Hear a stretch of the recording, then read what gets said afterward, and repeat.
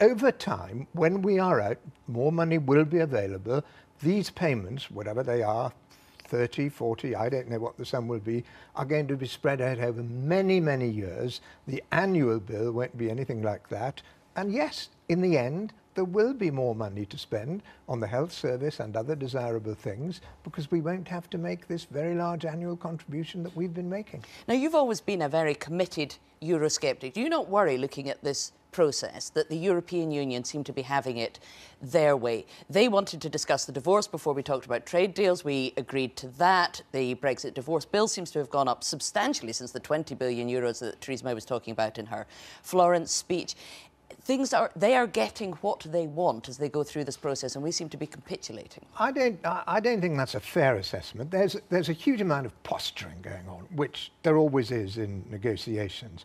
And indeed, the approach they've chosen, the European Union, is actually in breach of Article 50, because Article 50 says that the arrangements for the departure of a member state have to take into account the future relationship of that state with the European Union. And you can't take something into account if you're not prepared to talk about it. So they're in breach of Article 50. Well, it's the UK government who agreed to this sequence of events. That's the approach that they've chosen. I am confident. I think we will move forward to the next phase.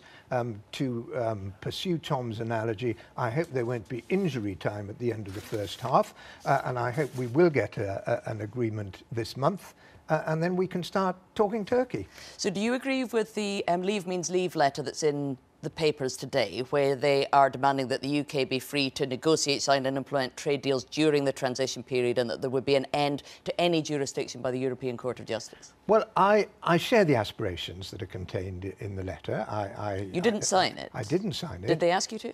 No, they didn't ask me to, and I have confidence in the Prime Minister and in David Davis. So I'm not inclined myself to make demands at this stage.